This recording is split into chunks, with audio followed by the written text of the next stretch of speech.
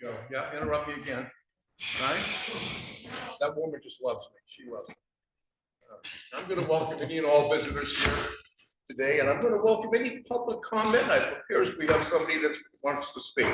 But you have to sit in front of the microphone, please. Everything's being recorded. My name is Jason Dubeck. I'm here representing the Woodshed, which is my girlfriend and I's business. It's on the corner of Old Ark Road and Route 100. Received a call Thursday, July 11th from Jessica Roberts, who I only spoke to once briefly. Kind of found her to be on a power trip and threatened me.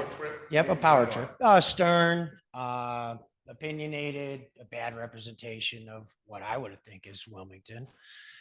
My own personal opinion from the one time I talked to her, which was brief. She doesn't have anything on our site apparently because Mike Tuller, who I went through, didn't keep any records. I was trying to get her my records and she hung up on me because she only had Friday at 11:30 available.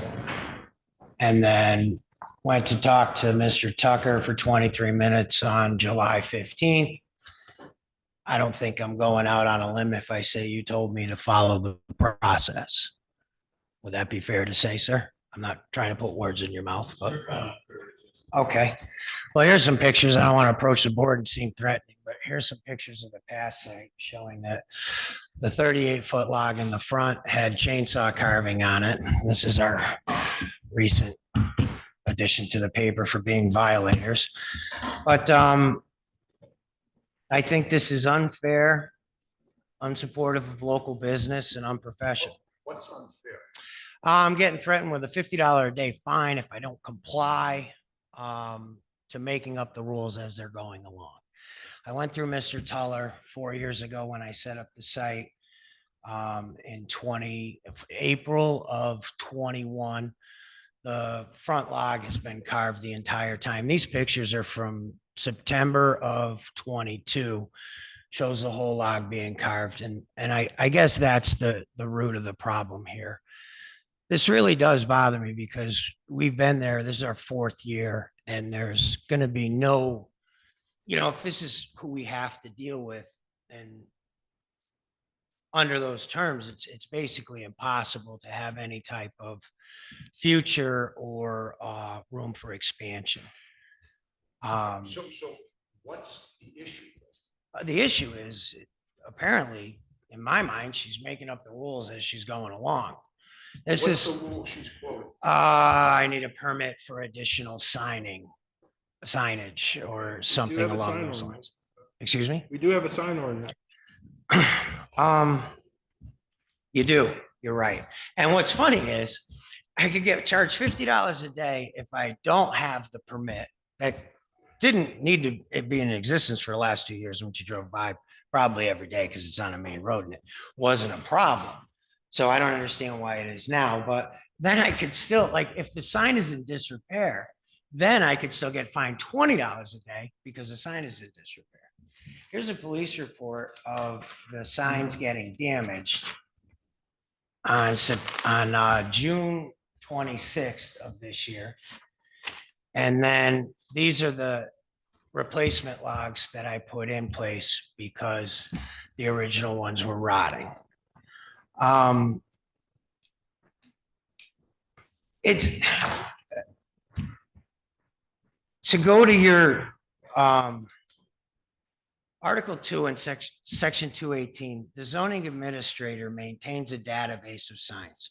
Zoning administrator is encouraged to establish and maintain a log of all signs in the town of Wilmington. Is that something that's happening?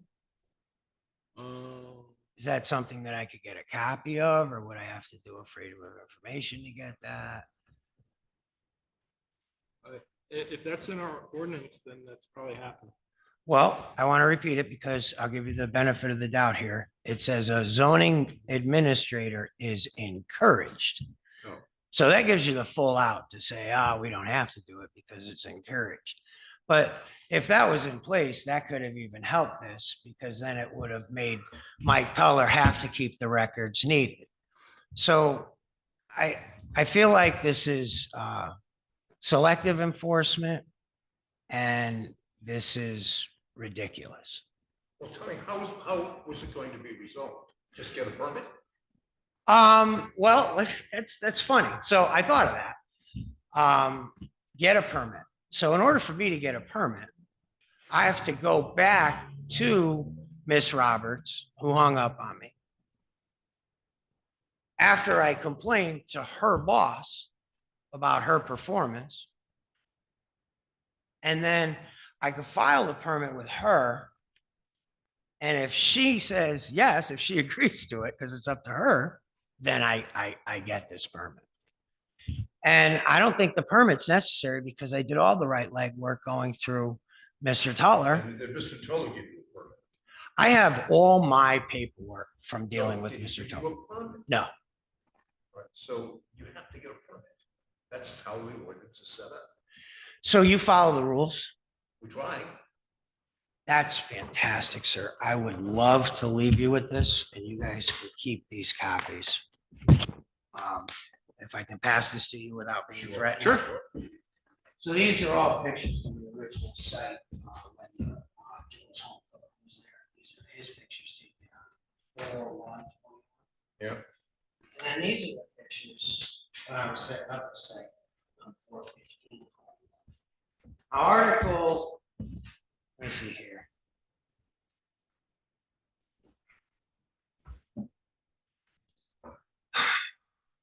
Article 1, Section 110, Purpose Party.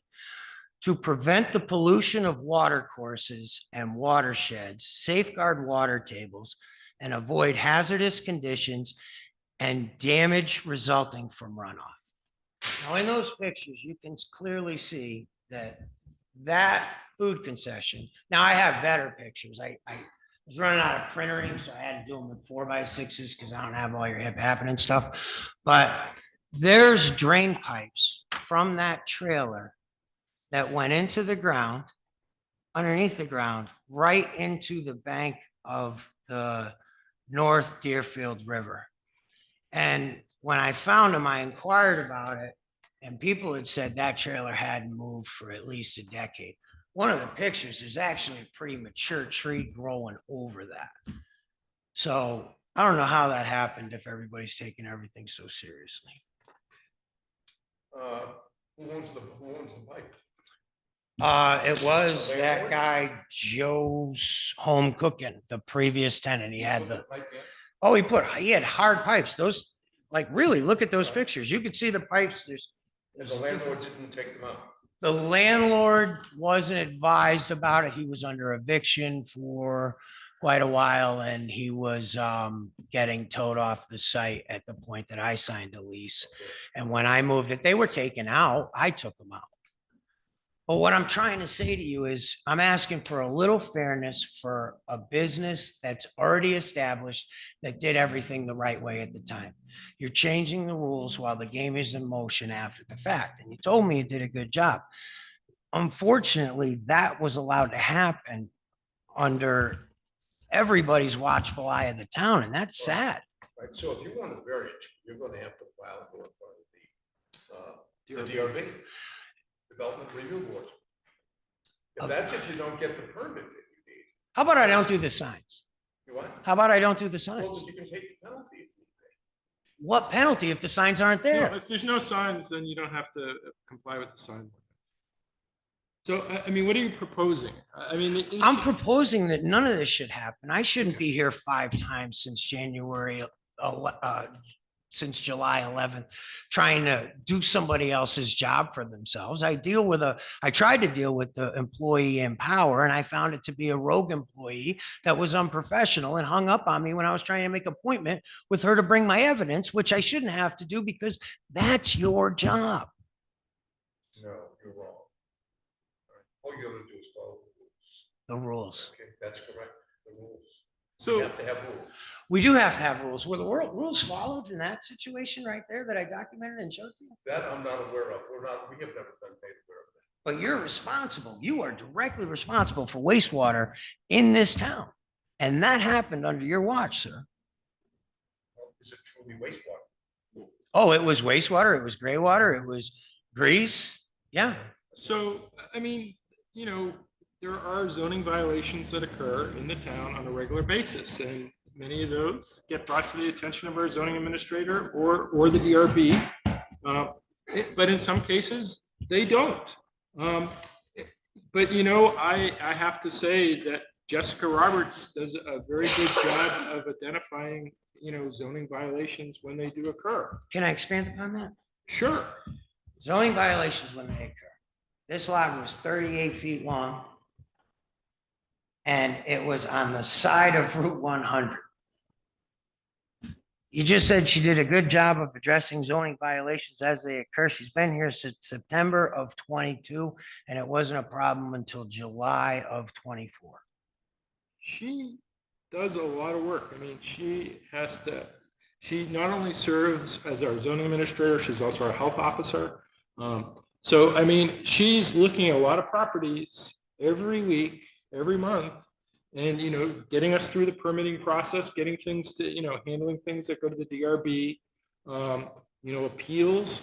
So the fact that she did not spot the violation the minute it happened does not surprise me. The minute it happened over 2 years. Well, 2 years. I mean, we deal with violations that occurred some time ago. We just dealt with a deck that was in the flood zone on a property, and it had been there for several years, but it was spotted and was a violation, so it came to the DRB, and we took care of it and resolved it. So I really do think what I think Tom has been suggesting to you is just, you know, go through the process of filing an application for a permit and getting it taken care of. But there's nothing on file for this whole thing. I went through my color forever. There's no site plan. There's nothing on file. So what, okay, out of fairness, okay, this week it's the signage is the violation. And then 2 weeks from now, it's too many seats or the position of the seats, or this is a can of worms that you're opening up because your past planning and zoning person apparently didn't keep records. And I think you know that. Out of fairness, I think you know that. What you can do is approach the current zoning administrator and ask her if you apply and receive a permit for your sign, will that resolve all the issues that seem to be outstanding? Jessica Roberts. Right, that's correct. Person that hung up on it. That's it. That's the end of it. Everybody goes home. All right. I think that you bear a little bit more responsibility to your employees. We're not going to. I think you should. I'm sorry, we're not going to do that. I've been on this board for almost a dozen years, and we've been through 4 or 5 zoning administrators. It's not an easy job. It's not an easy, person to keep it in power, right? So we're working. Yes, look, there's going to be some problems. We're always working. Just deal with it. Just deal with her and see if we can get the thing resolved. That's what I would tell you to do. I can't deal with an unprofessional employee in power. I think what I've done is I've done the right course of action here. I think I've ran into a rogue employee. I brought it to the attention of the town administrator, planner, and now I've brought it to the attention of the board. And everybody's response is still just, oh, deal with her. Because maybe she'd be hard to replace or something. I mean, apply for the proper permit, and so you satisfy whatever the violation has been. That's all it takes. So self-created violation out of thin air is what I have to apply for a permit when I went through planning and zoning 4 years ago. I think that's your perception. The perception of the zoning administrator is there's a sign that needs a permit. That's all she's asking for. Okay. All right, is that all she asked for in the violation? At this point in time, yes, but I think So next would week do is that. available. File for the permit for the sign and just ask her whether anything else that's outstanding. I'm gonna pull the logs. I'll just sand them down. If I sand them down and they don't have a sign on it, is that good? That's fine. Are you sure? Do you want to converse with her or him No, before? No, we don't get involved. That is That's not not the our select purview. board's purview. It is the zoning administrator. So that's the question for her. So I sand down the logs, I'm good. That's the question for the zoning administrator. I thought he just answered it. Can't answer for her because he's not the zoning administrator. It's a game of pin the tail on the snake here. Well, sir, no, if there's no sign, then you don't have to follow the sign ordinance, right?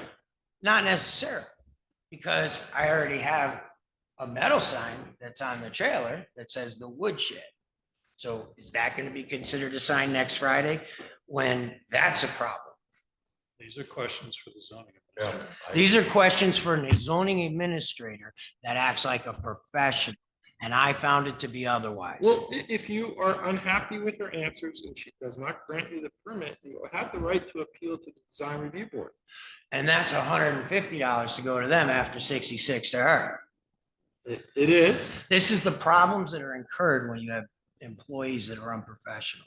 That's my point. I'll sand down the logs. You want me after that, come at me. I mean, I don't know what else to say or do.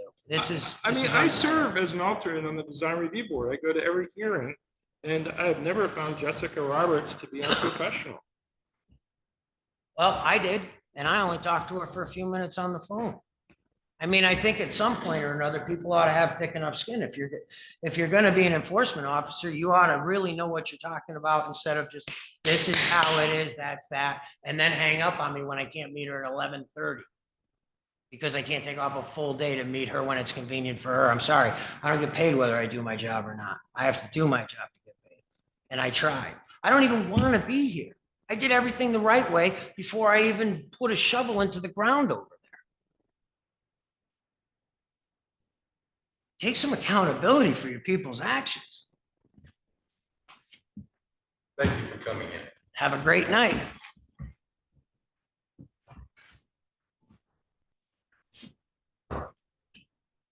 All right, Scott, changes to the agenda. Under action items, I need a change to possibly accept the resignation from Matt Cole as a member of the Energy Committee. Under action items, to possibly approve a letter of intent for the road erosion inventory grant. Under the opioid settlement, that is let me see. It's an action item also. Under the opioid settlement, the amount should read $5,282.04. Always the 4 cents. We gotta vote. We can't round it off, right? Can't do it. Okay. And number 4. Oh, there's another one. Number 4 It's is. on there. That is not an addition. It's That not, was on oh, the that's not. Okay, all right. So for that, folks, we're gonna go to approve the minutes of July 16th. We're gonna hold on August 9th because we had missed the vote that day. Okay, all right. So would somebody like to make a motion? All right, do we have a second? Second. All right, we have motion second, approve the minutes of July 16th as read. All those in favor say aye. Aye. Aye, opposed? All right, August 9th, 2024, was that our special meeting Yes. on Friday? Okay, so I'm going to move that we approve, okay, with the exception of Sarah. I move that we approve the minutes of August 9th, 2024. That was the one where we set the tax rate. Second. All right, we have motion second. All those in favor say aye. Aye. Opposed? And Sarah will abstain. Scott? Under action items, the select board to possibly approve the Wilmington Works letter of attestation. I believe Samantha is in the house. New word. No, It's written there. Attestation. I didn't write it. it's an old one. I feel like Sometimes we like big words. yeah, okay. Do they have, you have one for them to They sign? have one. Okay, perfect. So this is just a repeat of last year. Last year, Wilmington Works got a $25,000 grant called the Vibrancy Fund Grant. And what you guys are just signing is saying that this $25,000 grant is in addition to what we received from the town, not replacing anything that we received from the town of Wilmington. All right, any questions, folks? No questions? Someone like to make a motion? John and I are going to have to. I make a motion, we approve the request for the letter of attestation. How about a second? Second. A motion and a second to approve the Wilmington Works letter of attestation. Okay, John and I will abstain. All right? The rest of you. All those in favor say aye. Aye. Aye.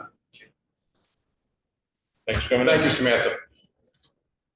Sam, you can take this with you when they're signing too. The select board to possibly appoint Ellen LeBron to a 4-year term on the Trails Committee expiring 2028. Ellen,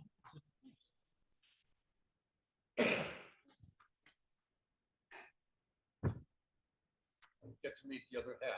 I think you've met the other half, yes. I hope you don't hold that against me. There have been some, no, we'll never. Oh, We won't okay. hold it against him either. But thank you for volunteering. Yeah. The select board. Liaison. Somebody uses this. Or. 4 years. Isn't it for long? 28. Wow. We need a copy of that document you're taking. Oh, you have it? Okay, all right, so anybody have any questions? The only question I have is, how do you pronounce your first name? It's Elin, Oh, like Lynn with an Oh. E stuck in front I of have it. never seen this. Like I have never email. seen oh, No. geez. My it. Sounds That's very all nice. right. I've never heard that before, Scott. Like attestation. Like attestation. I yes. should have known it, but I looked at it too quick. I thought this was you. Okay, so if nobody has any questions, we very much would like, obviously, to recommend that. Great, I'd like to. And I will recommend, or I'll make a motion to appoint. Elin. Okay, I'll give you one. Elin LeBron to a 4-year term on the Trail Committee expiring in 2028. Second. Time out. That's all right. We have a second. Second. All right, motion to second. All those in favor say aye. Aye. Thank you. You are now on the trails. You get to Great, work thank from- you. You get to work from home. I do get to work from home. How nice is That's that? that's pretty impressive. Thank you. Thank you. And please say hello to John for us, okay? Scott? Elin, okay. The select board to possibly approve granting Voices of Hope a national opioids settlement distribution through their fiduciary Twice Blessed in the amount of $5,282.04 to help abate the effects of the opioid epidemic to our community. Okay, folks, we've done this before. Anybody like to make a motion? I make a motion, we approve $5,280.04 to the national opioids, from the national opioid settlement to help abate the effects of the opioid epidemic in our community. This is the state settlement. For Voices of Hope. For Voices of Hope. Okay, all right, do we have a second? Second. All right, we have a motion, second, to approve the national opioid settlement distribution to the fiduciary Twice Blessed in the amount of $5,282.04. All those in favor say aye. Aye. Opposed? Motion carries. You remember you voted about a month ago, but we've had a flurry of checks since then. Okay. But they're sending money, and that's terrific. Yeah, and Tammy Jackson is the director still. The select board to possibly appoint the town manager as the voting delegate at the Vermont League of Cities and Towns annual meeting, which is October. Second. Town fair is the second, so the first would be the Okay, meeting, I think. so unless somebody's got, are you going to the meeting? No, okay. We need a motion. I make a motion that we appoint the town manager as voting delegate to the VLCT annual meeting. I second. Okay, we have a motion second. All those in favor say aye. Aye. The select board the select board to possibly accept the resignation from Matt Cole from the Energy Committee. And I received an email from him that was sent to Robert Boyce, who is the chair, and all the members. And so I took that as his resignation. He said, "Dear Energy Committee members, I think this committee's activities are better suited for a larger community, not our small town. Please remove me from your mailing and member list." And I sent back Matt that I was in receipt of his request to step down from the Energy Committee and that I would notify the Select Board of his request to resign. I accept, I move to accept the resignation of Matt Cole from the Energy Committee with regret. You have a second? Second. My motion is second. To accept the resignation of Matt Cole from the Energy Committee. All those in favor say aye. Aye. Next up is the Select Board to possibly approve the letter of intent for the road erosion inventory grant. And our highway superintendent is here. Marshall Dix. Want to explain it? So our permit for the MRGP is renewed. It's been 2017-18 when they did the last inventory for the road erosion. The grant is out now to have Wyndham Regional redo the survey. They do it every so many years. Yeah, it's due in 2027 is when it actually has to be done by. So by applying for this grant, this gives them time to see how many towns are going to do it themselves or they have to do, because we can do the erosion inventory ourselves too, but it just adds one more job onto us when there's money, grant money to pay for the whole thing. It's better to let them, we will still have to work with them some to assist them with it, but it helps out a lot. So it's no charge to us when it's all set up. So all we're approving here tonight is the intent, the letter of intent. 10, yeah. Okay. All right, somebody like to make a motion? We move that we approve the letter of intent for the road erosion inventory grant. Okay, we have a second. Sorry. We have motion and second to approve the letter of intent, or send the letter of intent for the road erosion inventory grant. All those in favor say aye. Aye. Opposed? Motion carries.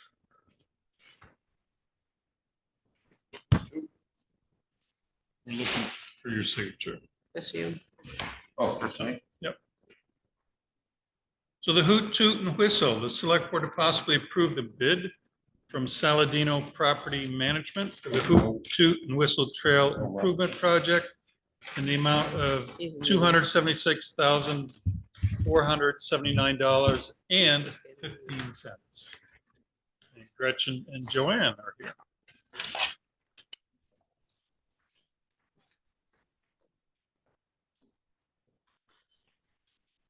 Okay, so we received one bid, and it was from Did you Saladino. have something you wanted to get? Yeah.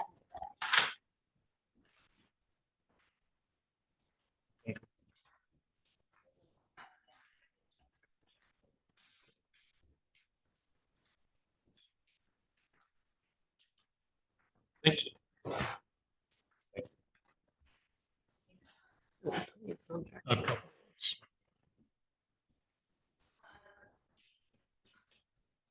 So, but Saladino's bid, that base bid, came in within our price range, which was great. And he had a complete application, and he did a really good job on it. So, we took it to the trails last Thursday, and they approved to move it forward for you guys to approve. But I wanted to tell you a little bit about like the funding and how the funding all works. So I'll run through this rather quickly, but the top portion is about revenue, where grant funds are coming from, Wilmington Fund donation, making a total of $327,700. And then below is all the expenses that we have within this project. And we have had to scale it back due to the amount of boardwalks and bridges that we have to put in. So we're only doing sections 3, 4, and 6. Right. In the parking area. And the parking area, which is included in this too. bring the total to 330,105.10. We would be short, obviously, here, but there is funding still left under the Hoot Toot and Whistle 1% local option tax request from Weston and Sampson's, the engineer. I think they'll have balance. So we plan on taking it from there. The 240510, Yes. and that's it of the 1%. There's no more money There's no more money in the trails, in the trail section. That's right? Yeah. Well, There would be a little bit There- more. There'll be a Yes. little bit left. if my- Be close. not a So lot. what section are you doing? you want to talk about that, Joanne? You're Sure. like, So the new, there'll be the parking area, and then there's a spur connecting to a new trail section, which is reclaiming the old rail bed behind the, part of it runs behind the old, Dump. I hate to call it dump, yeah. that's I know what you it mean. was. Definitely a dump. And then the. yeah, it's not a transfer Yeah. station. No. And then Didn't transfer anything. moving toward the wastewater treatment, that whole section will be completed. From the new trail section all the way to the paved road of wastewater treatment plant. Moving, what direction is that, Carol? You're such a good. But there's a boardwalk already there, right? Yes, but there, so A&R is, I think we're allowed to put in one culvert of all the culverts that we had enumerated, and all of where there would have been a culvert has to be boardwalk or bridge. That's the requirement. So there is a boardwalk already. Yeah. But there will be more boardwalk Okay, to cover got it. the wetland area, and then it will be trail and then A good plan. segment Yes. 6. We're very good Segment- friends. Segment She likes 6, boardwalk. John. Huh? Segment 6 is another segment that will be completed as part of this base bid. And it connects the Riverwalk, which is the trail that goes alongside the mover campus, up to the Hoot Toot and Whistle. And that will be a combination of steps, like long steps, and then, a plateau, and then another step gradually, and then a leveled area at the plateau, they call it, and we'll widen the trail at the plateau. So there are 3 segments that will be completed. So said another way, what's not being completed are both ends Yeah. of the trail. So from the beach, the Great River Hydro Boat Yeah. Launch Beach at the end of Fairview to the new trail section behind the old dump. And then the other part, which is off of Mill Street, that trailhead that connects to, I call it Dysfunction Junction, which is a wastewater treatment plant, you could say. So the 2 ends, which are in pretty good shape. Yeah. I think they're in good shape, yeah. Did Rebecca Chalmers actually get that? Yeah. In October, she walked with Dory Barton, who's from Arrowwood. Okay. They're engineering water people, and then Bob Fisher walked, Okay. All right. was on that walk as well. I had to check because. I know, I understand the history.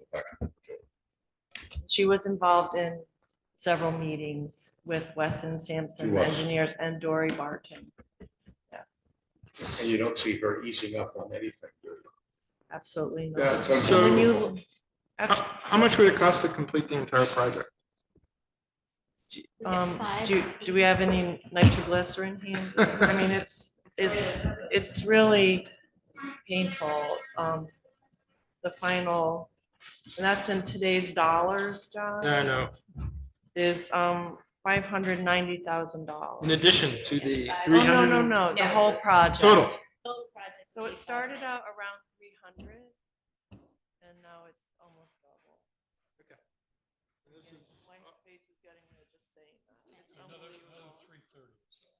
It's mind-boggling. I also must say that I think that it had a lot to do with the engineering firm that wasn't really familiar with the permitting process in Vermont. So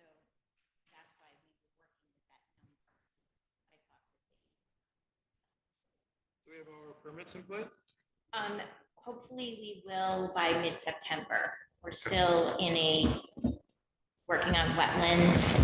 We're in the comment period of that. Public comment, Public right, comment. which should end mid-September 14th. So everything's in play right now. Yes. Everything's done, And then we're completed, waiting and submitted. on a, Final comment from VDHP. So right, you think it's gonna be done mid-September? You know, it is August The 20th. permits. The Permits. permits. Okay. So do you want to talk about Permits are longer timing than of the job. construction? Then that's probably, they would probably want to hear that. yeah, so, Jill actually attended, No, I was Okay. hoping you might. have. he attended the Trails Committee meeting. And he indicated that he may not start this year, because he has to put up screening, for all of that, so he might just wait until next year to do it. So we also have a very favorable opportunity for more funding coming up October, and the award we would know early next year season. And there are efficiency issues for him as well. So if we got more funding and he could do more of the wooden work is what he wants to do, because he's going to buy all the materials, and try to get this year's price, then it would make more sense for him to just wait till next season as well. We'll keep you posted. I think we're hoping to come back in September and just give an update and a kind of game plan for completing this project. Okay, So just a suggestion. sure. The Trails Committee for many years raised funds for the public. How did they do? I've inquired about that. Can you either now or at another time, since you're our liaison, tell us how that worked? Because we've asked and we're interested in finding other Yeah. sources of funding. Well, I think, I can go back and I think there are records, but I think it's just soliciting funds. It's sort of like what the town is doing with respect to the Veterans Memorial. And that will be next to the public safety building. An appeal letter. Because for many, many years, the town didn't have to spend any money on the Trails Committee because it raised money that it used to build trails. And then it stopped doing that. So, I mean, given that there's these significant projects going on, and it might be good to reach out to the public who uses these trails to chip it over the money. You don't Yeah. You think, can put the toll booth right at the bridge. Right, well, that's what they do in Newfane. Yeah. They stop traffic and then at certain, anyway. You don't think, I'm worried about perception of those involved in the other project, that we would be competing with them. Well, And how that would be.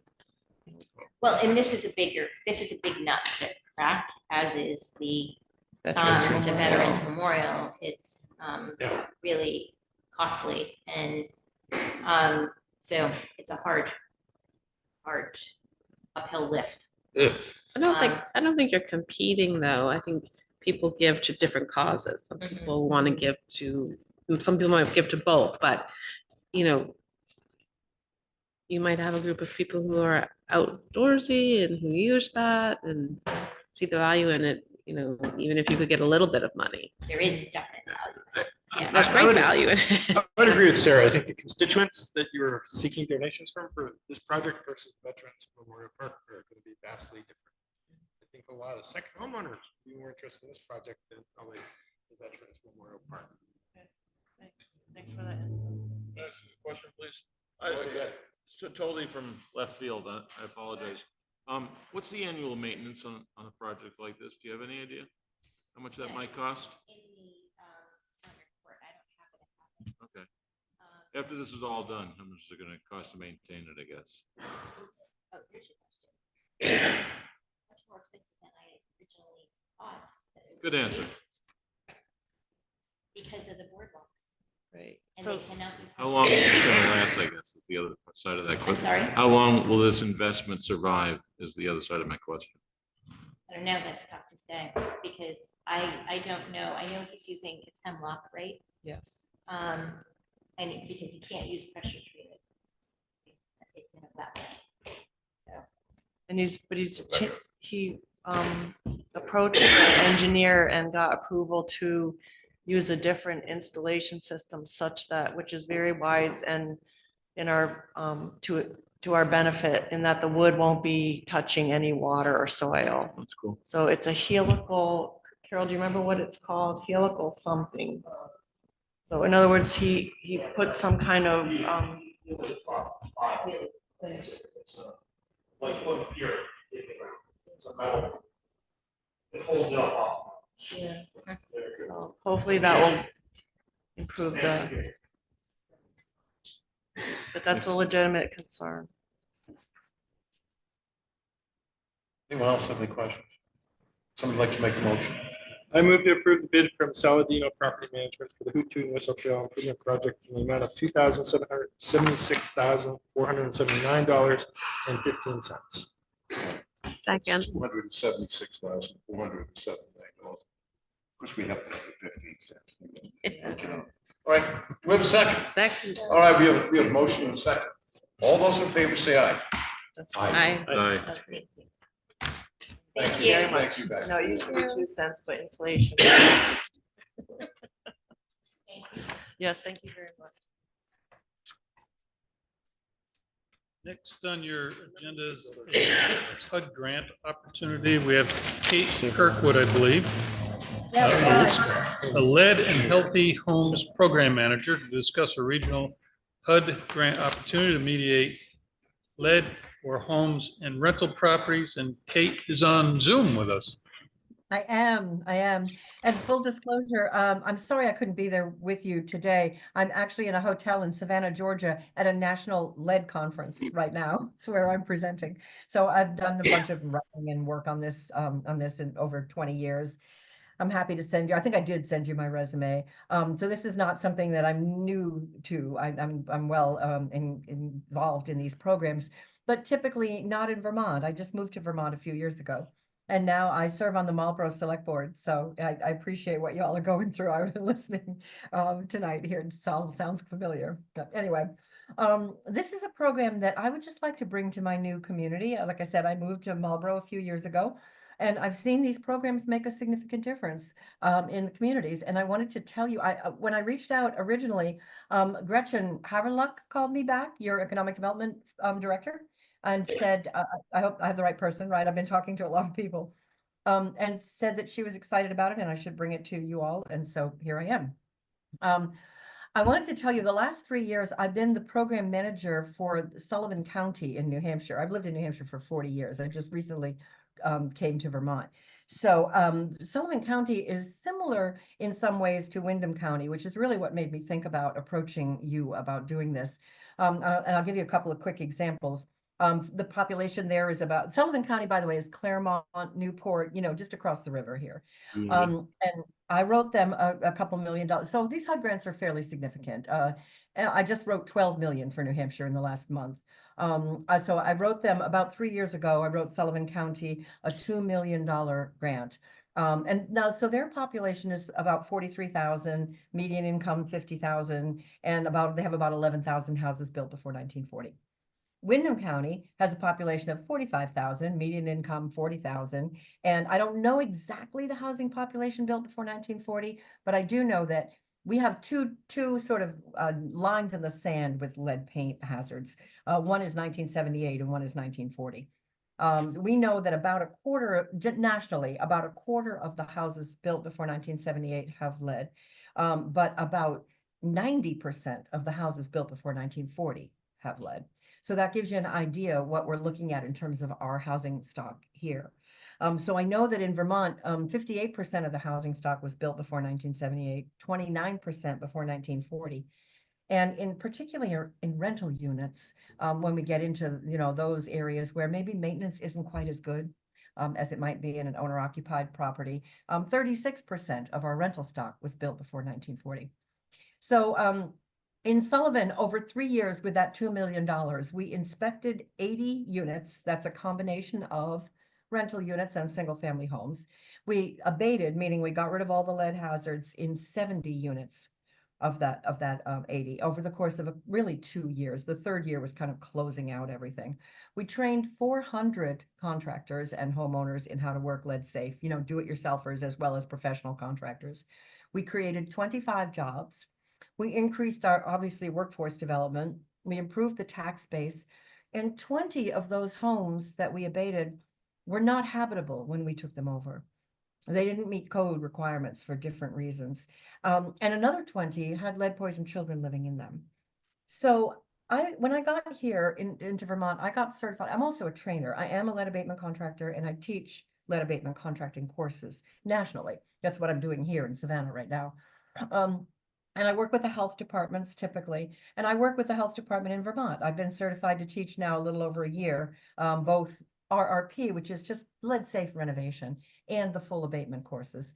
And so your health department is now testing 75% of the kids at age 1 and age 2, which is pretty darn good.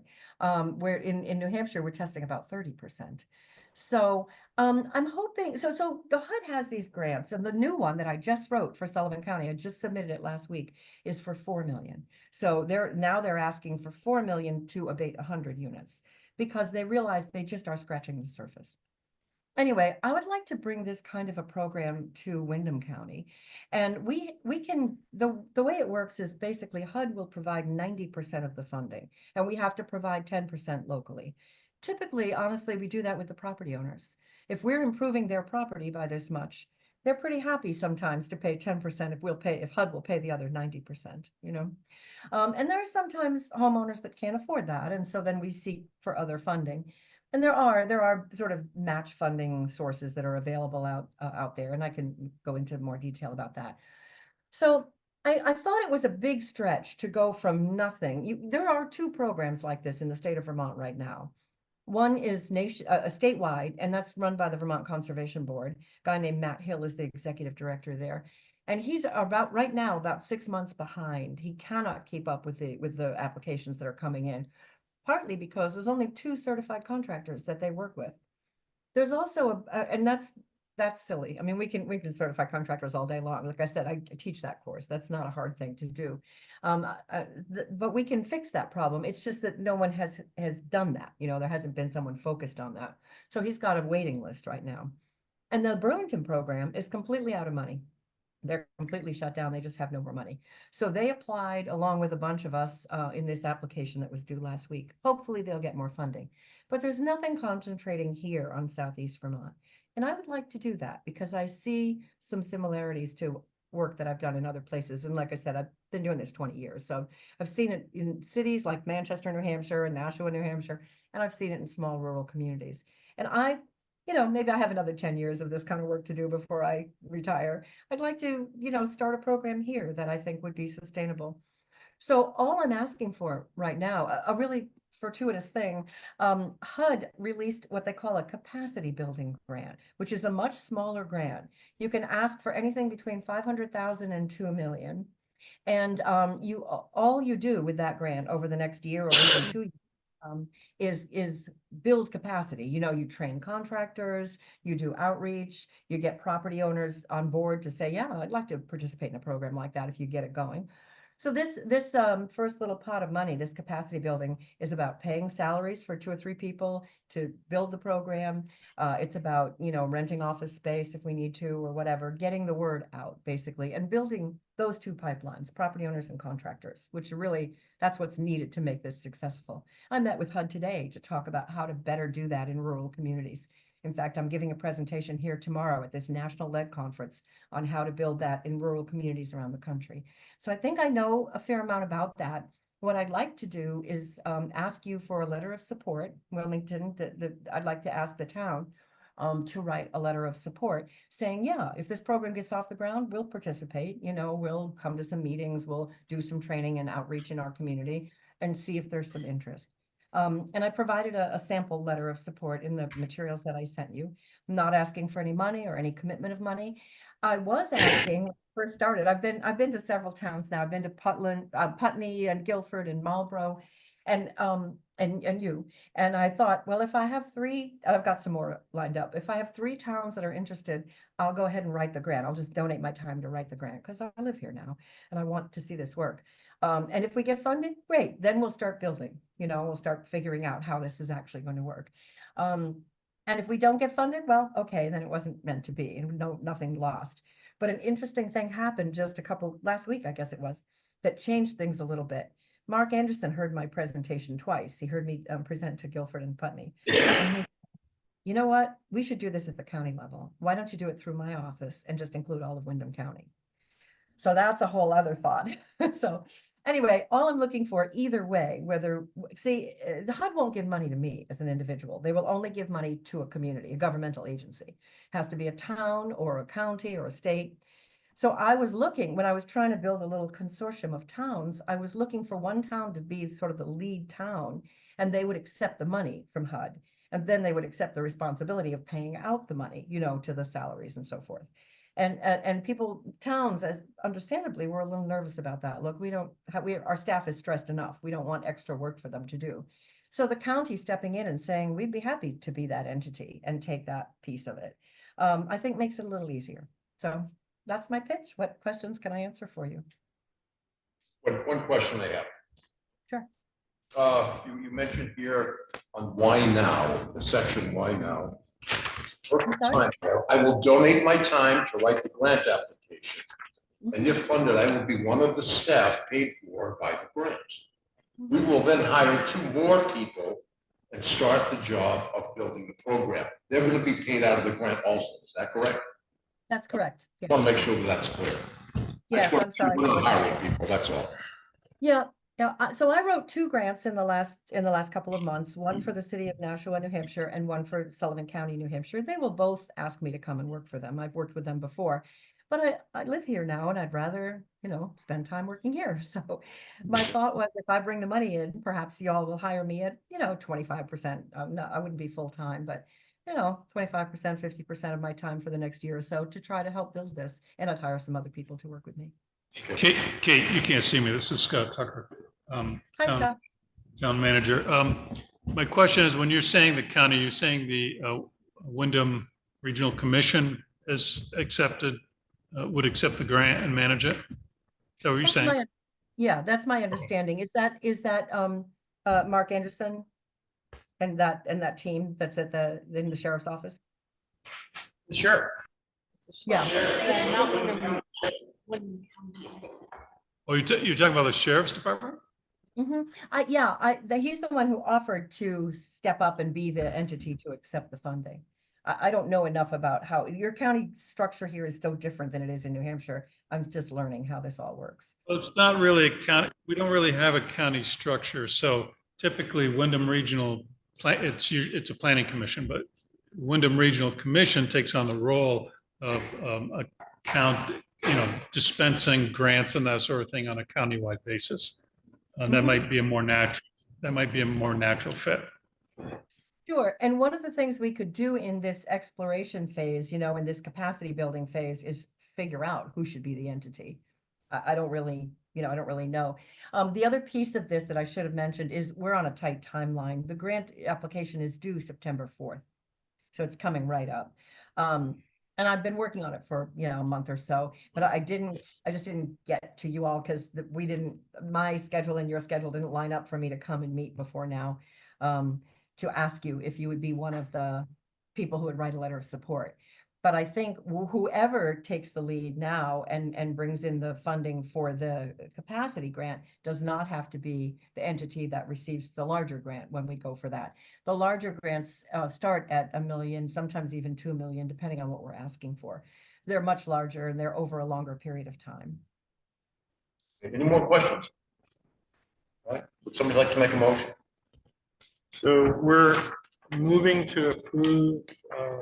Would we be willing to write a letter? Okay, I move to approve that we are willing to write a letter of support to HUD to Kate Kirkwood Either way, it will go with the HUD application either way.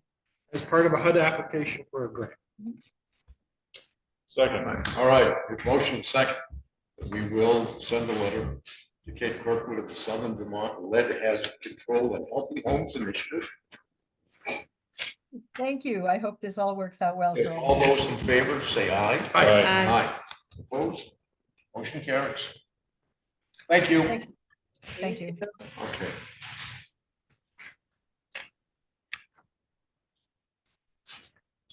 Tax stabilization. The select board possibly approve tax stabilization request from the Vermont Lodge at 85 Westminster. I quit. Gretchen are here.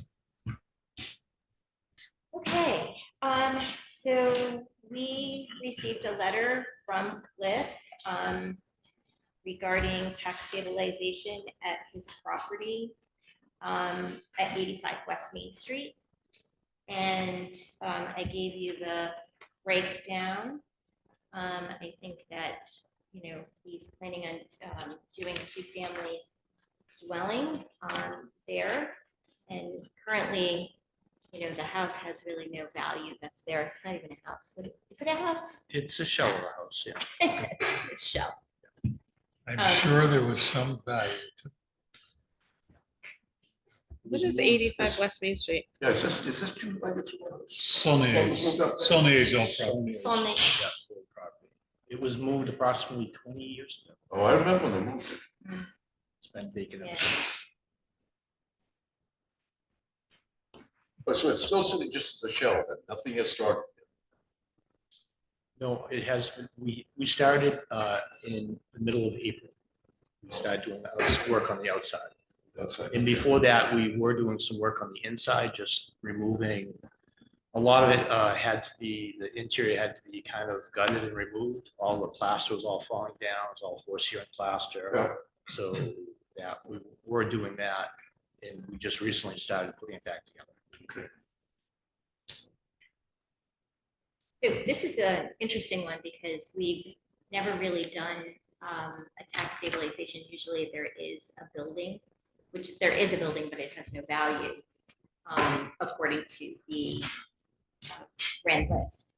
So this is like maintaining at the land value for up to 10 years. So, and gradually, you know, of course, increasing over that 10-year period of time. And of course, he knows just on the town side, it does not include education tax. We're not going to be breaking any rules or laws on this, by the way. This way, right? No, it's in our policy that we can do Right, I this. just wanna make Yeah, sure. I'm just noting that this is the first time that we've done it like this. Questions? How far down the road is this house? I'm not familiar with it right off the top of my head. So if you go to Nidos, Yeah. a little bit beyond Nidos, there's a house Right after after Nidos, Nidos. and then there's a driveway, Okay, and that's it. You see all the solar panels up on the hill. so it's a house up there? Well, actually, no, we just, you're on the left. And the house was moved up there, Costello moved up there. Thank you, Approximately 350 feet off the road. thank you. Better idea where it is. All right, someone like to make a motion? When will you have long-term rentals in there? I'm going through the VHIP program, so I have 18 months to get it fully rented. Just started the VHIP program funding started in, I believe, May, so it'll be 18 months from this May. And do you have to keep it long-term rental for a period of time, correct? Yeah, Through the through that program, yes, too. Okay. And he's been through permitting. Someone like to make a motion? I move to approve a tax stabilization request for the Vermont Lodge at 85 West Main Street. All right, we have a second. Second. All right, so we have a motion second to approve tax stabilization. for Vermont, 85 West Main Street in Wilmington. All those in favor say aye. Aye. Excuse me, do we need to identify this as the 2023 assessment value? Or are we good with that?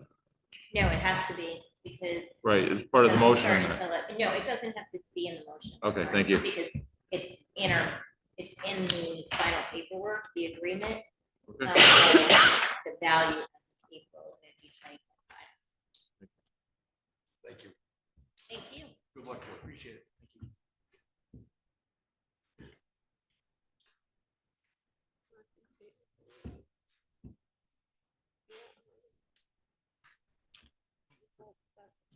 you.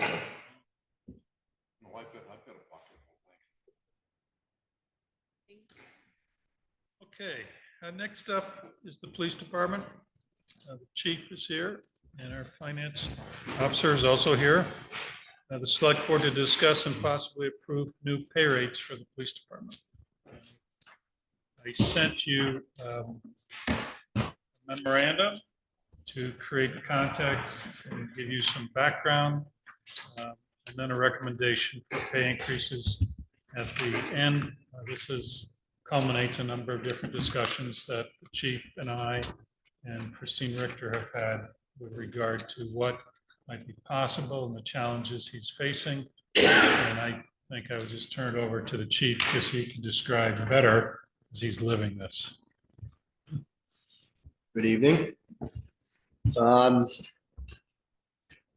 Quick summary of how we ended up here mid-budget season, which I'm sure is a question that I will get. In March, we lost an officer who took a state position.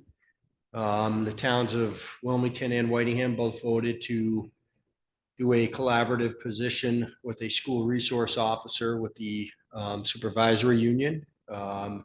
So we had that opening that came on July 1st. And we recently lost another officer who resigned to take a position outside police work.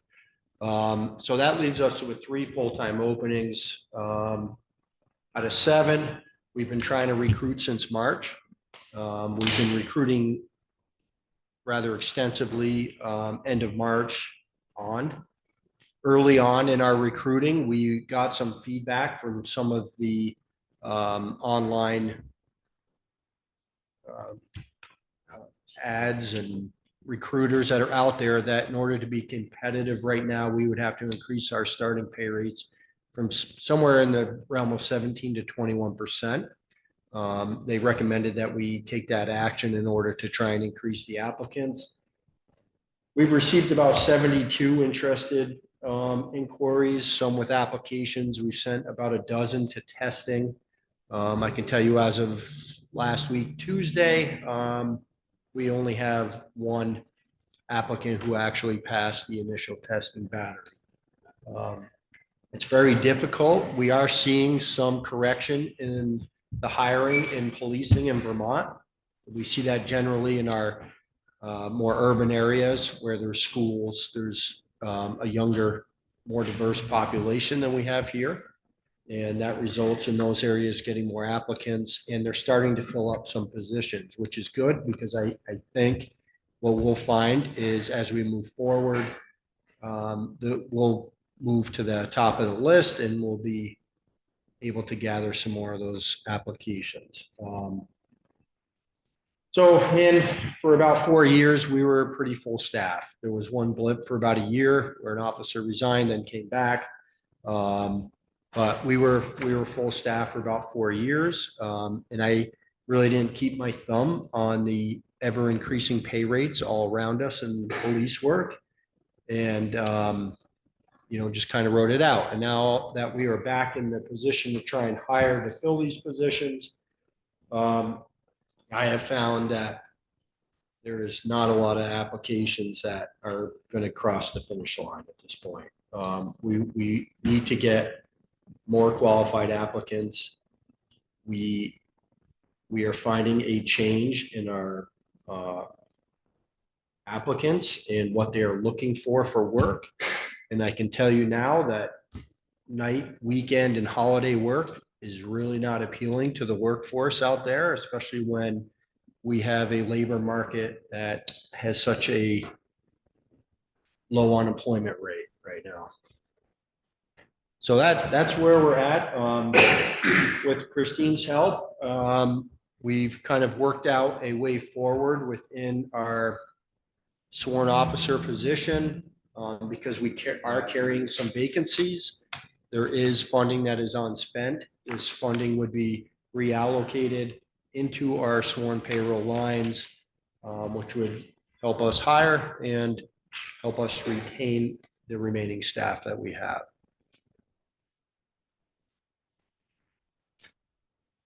The people, the applicants that you've had, are you doing two different ads, one for a resource officer and one for working on police force? I know that person's gonna do both, but Our resource officer, we're going to fill internally. So we are going to take a existing officer who has interest in that position, and they are going to become the SRO, but then we have to backfill that position.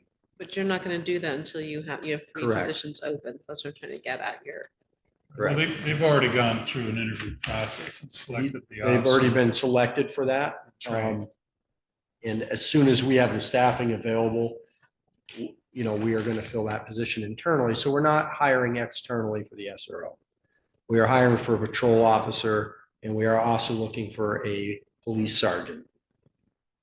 So just so I understand, so you've identified the person for the SRO position Internally. internally, but they're not going to start that role until you deal with the hiring situation? Well, they're gonna work, I'm having a meeting coming up with the schools, and we're gonna try and work that individual in as much as we can. But our coverage and our staffing requirements at the police department do not allow us, as you can imagine, we cover 24/7. And we have full-time staff now that we have the SRO position, which would be 7. So it's complicated to try and cover between training, sick time, leave requests, et cetera. Even when we're full, we have trouble covering what. So you remember, this is the requirements are. chief's second go around with reconstituting the police department to some degree, not as bad as the first time when we promoted him from sergeant. We were down to just 2, the chief and 1 officer. So it took 2 years to reconstitute, and fortunately, we're not in that same boat, but it's challenging.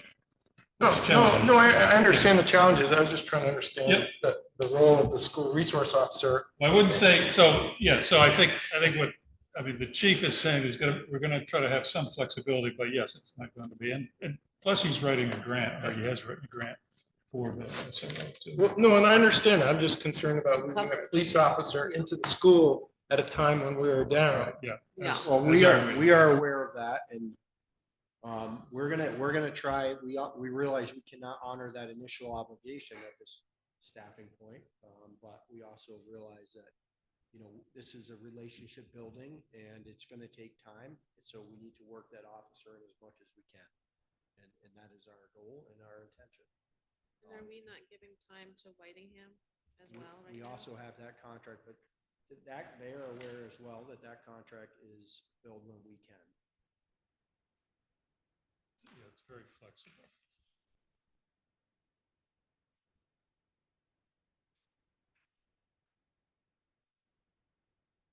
You know, based on Scott's memo, I mean, it appears to me that our new rate would be very competitive, which I think is important. So, I mean, you know, I think there's all the information about what the police departments around us are charging for non-officers with no experience. I mean, I think the rate that was proposed is sound.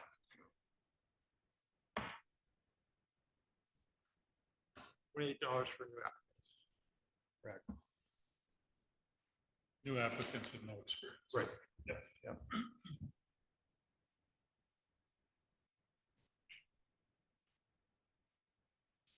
You do You want a motion? exit- Yeah, make a motion. Do you do I'm exit sorry. interviews? I do internally.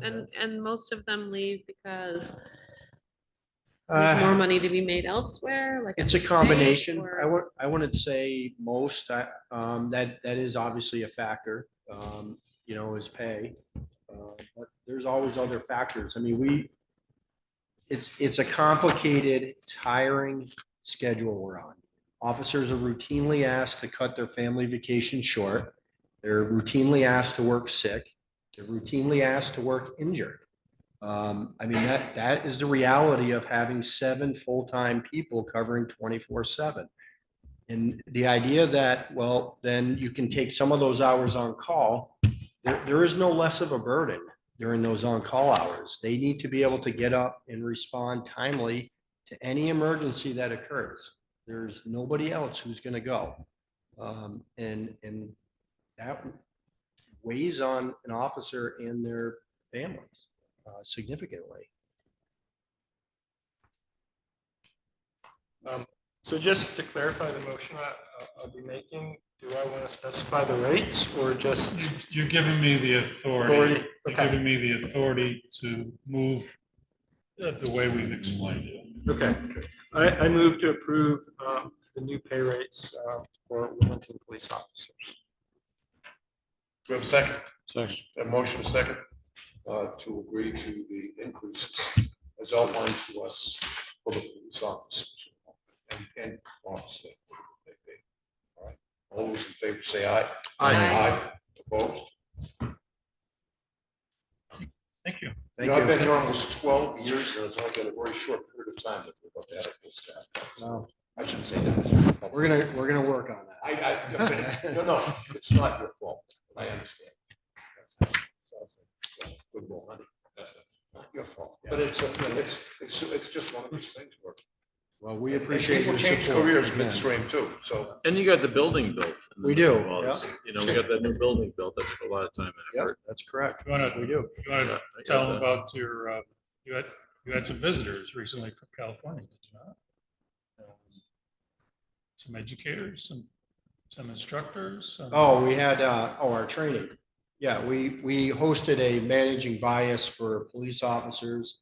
It's a federally funded program through the Department of Justice. We applied maybe 3 years ago to have them come out and do a regional training.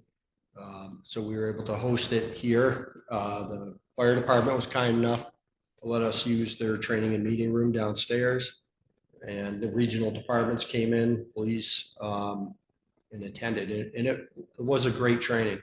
You know, when you can bring in national level instructors and that have that diverse experience to Vermont is really very beneficial to our staff. So we were lucky enough to have them come in and You give them a tour? Yeah, we gave them a tour, of course. You know, that is, you know, that really is a showpiece, the public safety facility for the town. And there, any chance we get, we provide people with access and tours because it really is a tremendous improvement over where we were and is worthy showing off. So we And appreciate they that. gave you some feedback, did they not? Well, many of them talked about how this was one of the better police departments they've seen, one of the better designed and laid out as well. So we. Great. Very good. I think the message also was that the chief relayed to me is how much support it shows from the select board and the voters. Right. Yeah. And we certainly are very appreciative. And their instructors had been, you know, from West Coast police departments for their experience but had taught nationally. And when they had come in, they instantly had grasped on the fact that this building shows the support the community has for the police department. So showed up very well. Very good. Thank you again for your Good job. support. Thank you. Appreciate it. Would you like to go into the liquor commission? Sure, I'll move, we get, we're to liquor commission, all those in favor, say aye. Aye. Aye, that's with a second. Second. The liquor commission to possibly approve a request to cater permit for a private event on 9/7/24 catered by Corridon Bratton Catering. I'm just gonna make a comment about this. Yeah, who's that? It's the first time we've seen this. The company is from Brattleboro, but anyhow, the chief verified that what they were doing is fine. It's a private affair, so you're not going to get the location. An open container ordinance exemption and request to cater permit for W.I. Foster LLC doing business as Wilmington Inn for the wine and soup stroll on September the 20th, 2024. It's the first time we've seen a private party. And DLC tells me that, yes, we are supposed to approve private events. And I'm like, I've been here 10 years and I've never seen Yeah, one. that's our first one. I think. So interesting. And where is the private? In Wilmington. They're not saying. They just told you that. Somewhere in Private town. event. Is this, so I did not is this a know. marijuana shop or something? We can't know the address? No, it's food and beverage, as far as It's I know, it's right? for a wedding. Wedding, All right. probably. So whenever you have a caterer, Are we supposed to receive these? Is what you're saying? Yes, that's what Jessica's saying. You are picking So up. GLC said, even a private event, if you are catering your alcohol, they should be having a license that you see. There are, so if someone is having an event and choose to buy their own alcohol, that's totally different. Taxes, But taxes, in 10 years, gonna I've never collect seen one. rooms and meals taxes on it, You can't they tell want a me that piece of there's it. never been a. or if it's eligible for. Have you seen one like this before? Of course. okay. The next thing is, should be insurance. Right. Right. Said any private event. Taxes. If you want the wine locations for the Wine and Harvest Fest, I have a list, but I didn't feel like plugging them into Gave that the. to us You did. somewhere. We have We one have on it our list. somewhere. Did I add them to your You should packet? do. Okay. Yeah, it's here. Any new ones? Vermont House is actually not gonna be on the list. They pulled that one, but all the others are part of it. Yeah. It's not on the list. Okay. Yeah, Yeah, what's Green Mountain Squeeze? What's that? they're in the Vermont House. That's wrong. The juice bar, Touch. So right there, yeah. We need to go have some of their yummy food. All right, so would somebody like to make a motion? I move to approve a request to cater permit for a private event on September 7th, 2024, catered by Gordon Broughton Catering and an open container ordinance exemption and request to cater permit for W.I. Foster LLC, DBA Wilmington Inn for the wine and soup stroll on September 20th, 2024. Okay. Do we have a second? Second. All right, motion and a second. For the local commission, all those in favor say aye. aye, Aye. Opposed? Motion carries.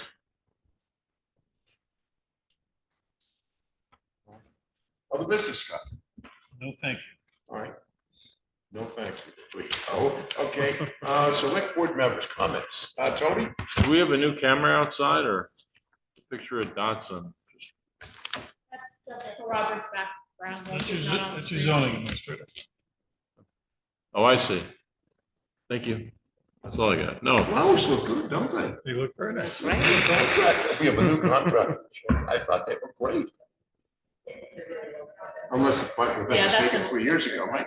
No, the Maybe. flowers are fantastic. Okay, Tony, anything else? No? All right, Vincent? No. John? I like the new signs downstairs that tell everybody where Yeah. everything is. Those look really nice. Those went up all of a sudden. I'm like, what? They're nice. great. The No, see? decor, is all. Well, they look, No, very I nice. should get input from other. people. Because I've heard from other people that people get very confused about which door they should enter. It's like, Hence, right. it's like, let's Which is make a why we deal. went Do you a want door little- 1, door 2, or door 3? In the wintertime, well, we're gonna try to leave it open this winter, so. Okay. Because we have heat in the zoning administrator's office, so. And she keeps her door shut a lot now, so we're gonna try keeping that door open and see how it goes. So, Oh, we'll see. If not, we'll have to put up a big arrow in the wintertime. Too bad there isn't one we could keep all of things. Really? Some Read? people really just don't Reading is a lost read. art. And there, but you'll always have people that don't read, Yeah. so. Yeah. I still say, Wow. I think my philosophy would work, though. Start selling ice cream when they come in.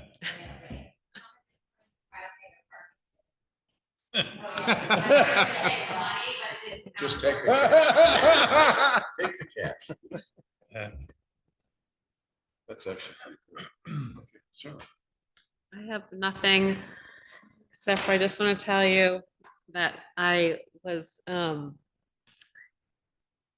Austria visiting my sister, and Austria is known for their flowers, like even more than we are. And I saw this incredible vehicle that looks like the sidewalk plower thing that they have. It actually has this articulating arm that comes out. It's this big, huge water thing in the back of it. And this big arm comes out. This guy drives up, goes to the plants, drives a little forward, goes to the other, and has this arm that goes, articulates out and waters. I'm like, ooh, very cool. See the dollar signs? Yeah, I see the dollar signs.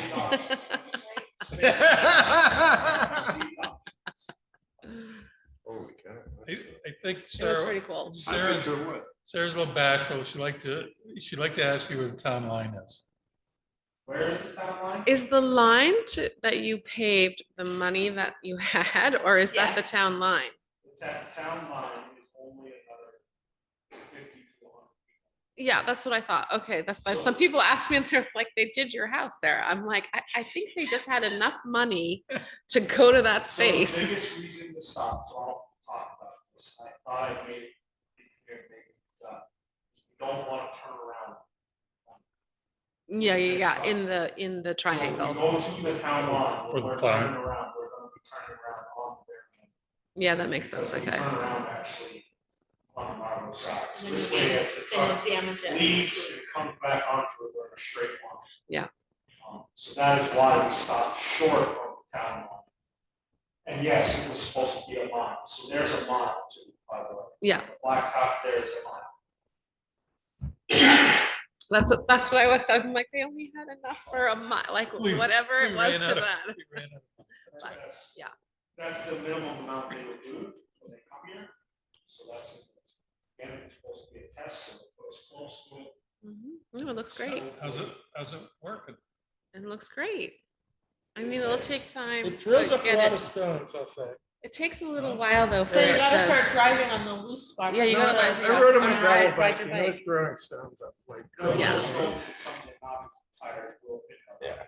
And if it don't go away, we can sweep it off, but they don't, he was actually here today.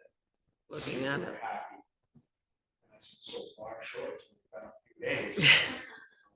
We can sweep it off, but he said most towns will just leave it on until winter. What doesn't stick in will just fall off. Yeah, I was wondering about that. the D2R2 was just there, the That's what I did. 180 was I that. did Oh, you did- oh, you 160K. did it. Yeah, okay. I was- 100 miles, yeah, 10,000 feet of climbing. I noticed the people coming by. I'm like, oh, it goes by here this year. All right. I don't have anything to add, Scott. Town meeting managers updates? I just want to make a comment to thank the members who supported our zoning administrator, because not unlike the police department, her office has to enforce the ordinances the way they were written. And as John has pointed out, there is an appeal process.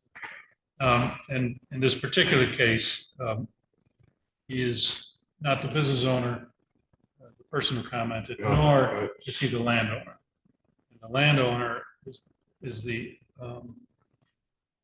whoever owns the property owner is who has to make sure that all the ordinances are adhered to. So regardless of his opinion, and he came into my office and I respect his opinion, but I disagree with it. And I am here to say that I am in support of the zoning administrator. She tries to work with everybody. We do not want to go to a notice of violation. If the parties involved, which we're working with, by the way, we are working with the parties involved, the land property owner, and they're trying to work with their clients or their tenants, and trying to get them to come to the table. And simply, we want to, regardless of the difference of opinion between different zoning administrators and what did happen, what didn't happen, which we researched, all they have to do is submit an application, and it will be quickly resolved, is my feeling. At any rate, thank you very much for your support for the zoning administrator's office and the work that she does. It's not always easy. In terms of the chamber, Bethany Leclerc, the Blueberry Festival total cost for the event was $13,556. The amount that we awarded through the event fund was $6,750, and Bethany reports that we had an incredible day at the lake. The weather was beautiful, clear skies and warm, and all 4 locations were filled with people. People really enjoyed the live music and decorated boats. The new activities were very popular, and I think will grow as we continue to offer them. And I like to say that under Bethany's leadership, the chamber really developed well. Let me see. In terms of wastewater treatment plant, we have a visit scheduled.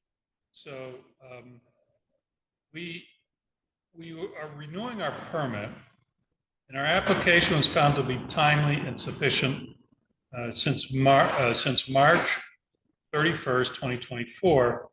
But it'll stay in effect. The current permit will stays in effect until they actually come until they actually process the new permit. So we don't have a new permit yet. Okay. So, which means that our existing permit does not expire until the application is finally acted upon by the department, but when staff resources allow. So they're in the same boat that anybody else is. Now, the compliance evaluation and collection system inspections. They have an agenda. It'll be on September the 24th, starting at 10 a.m. This is the first inspection I've seen since I've been here, so probably attend it. Sherry Caston is the Vermont DEC Watershed Division Wastewater Management Program Direct Discharge Analyst, performing the inspection. The last inspection that we received was in 2015. Typically, these inspections should occur every 3 years or so. At any rate, I will be attending that. The Windham County Resources Conservation District, you remember Corey Ross, who helps us with the boat launches, and he's taken over those grants.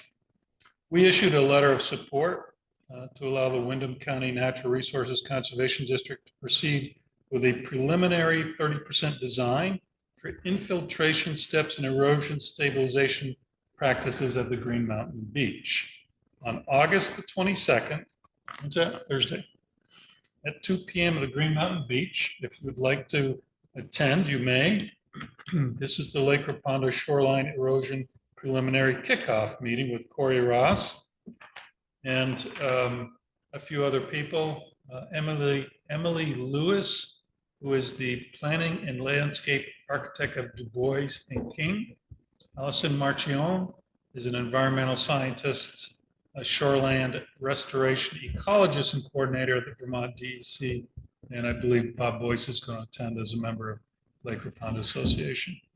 So we will be, they will be working with Du Bois and King to create a preliminary design for installation of stormwater practices at Green Mountain Beach on Lake Raponda when, and they're on a pretty tight timeline with the money that they've been granted.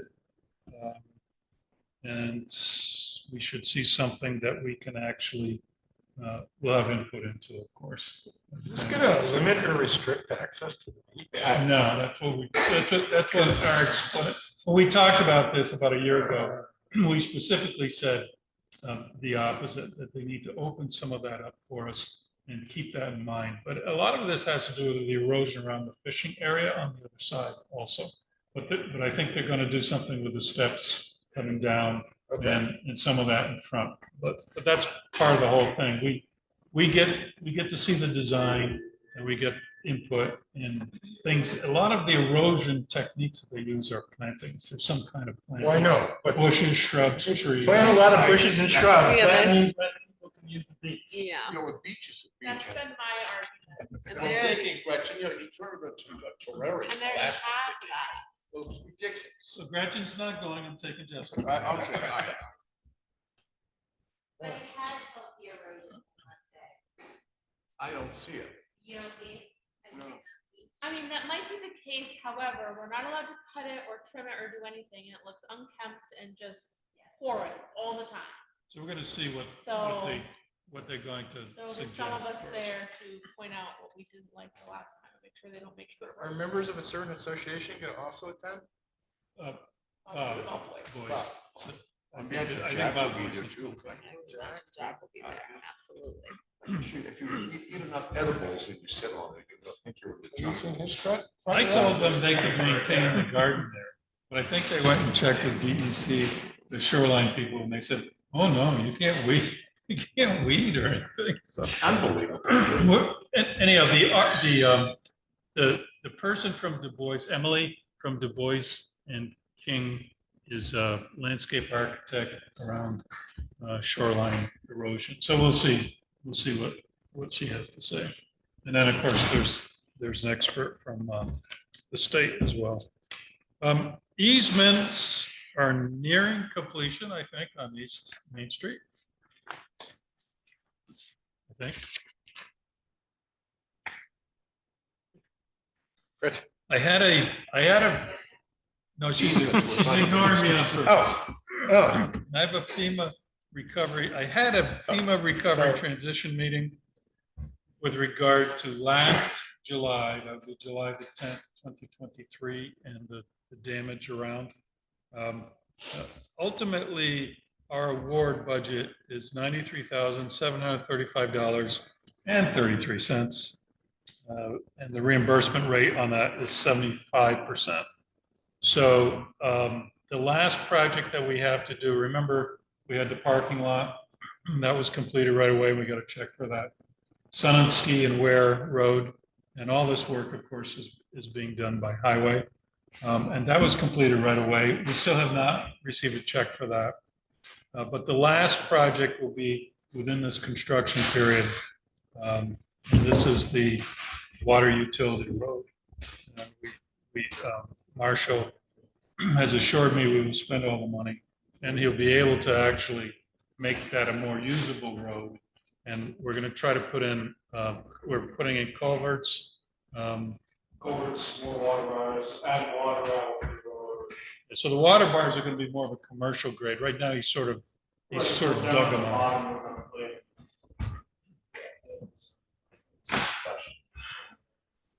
So the potential is that it should be better than before.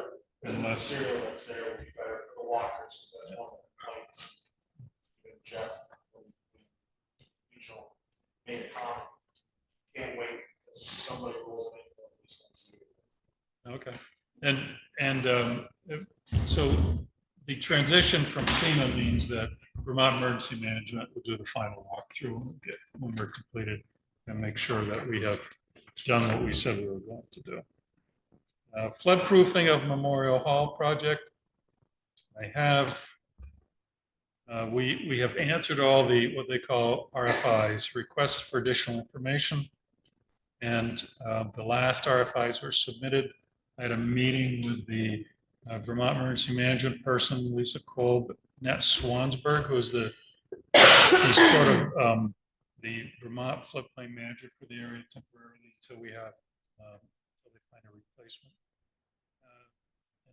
And then several people from FEMA, they seem to be debating wet proofing versus dry flood proofing. And even though we've explained it many times, they didn't understand that the basement was not the first floor, yet it was, it's exposed on three sides. So they had this technical debate about whether it should be dry or wet flood proofing. And they came to the decision that what we had proposed in the first place was what they're going to go with.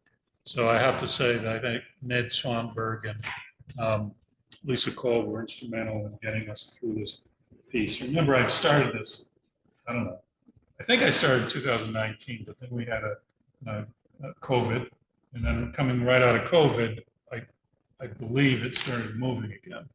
At any rate, I'm hoping, I forget the exact amount, I think we're somewhere around 140,000, 130,000, something like that, in terms of the grant. And they're going to do a walkthrough. Ham Hodgman from, he used to be with Stevens, but now he's on his own. He's hung in there over the years, answering all these questions and saying, I think we answered that, but here it goes again. And he's going to be there for the walkthrough with FEMA and Vermont Emergency Management. And so will Jessica, because she wants to preserve Memorial Hall forever and ever. Anyhow, that's on September the 18th. If that's something that interests anybody, just get a hold of Jessica. She'll make sure you're at the meeting as well. I was told I wasn't allowed to tell them they could just drop a match. But, you know, I mean, that's one of those things that we have to consider. So we are on the website letting people know when it's closed. It really doesn't open. It should not open until the end of March, beginning of April. But if we had something in March, we have tended to open it. I think there used to be something regular, but there's no longer anything regular there in March. So, you know, mid-December to April 1st is usually when it's closed. With all the different parties that used to be in there prior to COVID who are no longer in there putting on performances, its time might have come to decide, you know, what we want to do there. I don't know what that is, but you know, you don't have Friends anymore. You don't have Choice Blessed isn't doing their monthly performances, and Friends is actually. okay. There's a young left. There is right now? Yeah, a lot younger. We've not had anyone approach us yet. By Wait, decade. elementary school kids or something? No. Okay. Kindergartners. It would be nice to see that. In their 30s or 40s, which still Okay. makes them 4 decades. No, yeah, I heard that. We had not heard. Okay, I did. Service line inventory, the service line inventory is a grant that we should be reimbursed for. And Water Department and Jessica worked very closely together, trying to get this a little bit of a Excel spreadsheet shuffle.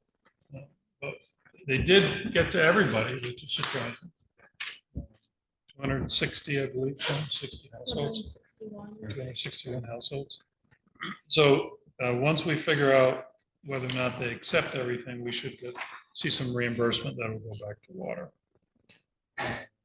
There has been some interest, I think I mentioned this before, there's some interest in the floodplain along Route 100. And several property owners that we've begun talking to, some we've talked to before, and there's some thought that maybe the state and the feds have some money that we might try to purchase some of those buyouts and whatnot along there. So it's like 1, 2, 3, 4, maybe 5 properties, but we're going to pursue Mr. Perry again, evidently. We've done conversations, and before I go on a few days off, I have to figure out whether or not it's doable by the end of August. So, and then we were talking about some of the Wheeler property as well, so that Tom and I said it. Anyhow, these things, just so everyone knows, these things take time when it comes to government money, regardless of what it's for, and regardless of the newspaper articles that say there's plenty of money to be had. So the state and other conservation groups are interested, but the price tag on some of these properties may be insurmountable for them. I am keeping an open mind in case someone asks. And just so you to know, there's an article online here the other day that FEMA is out of money. Go, it's how shocking is that? So they can't give the money to the folks up north with now to help them. Really? That's what they're saying. And of course, the fiscal year is in first, so. You know, all this one's it's like what? And bankruptcy for years, so like. Thank you for your support for Wilmington Works, their support for the downtown. Thank you for your support. Gretchen does, and particularly right now for the police department. Thank you very much. That's all I got. All right. Anybody else have anything for the good of Wilmington? I'll entertain a motion to adjourn. So moved. All right, all those in favor say aye. Aye. Aye. If we get anything.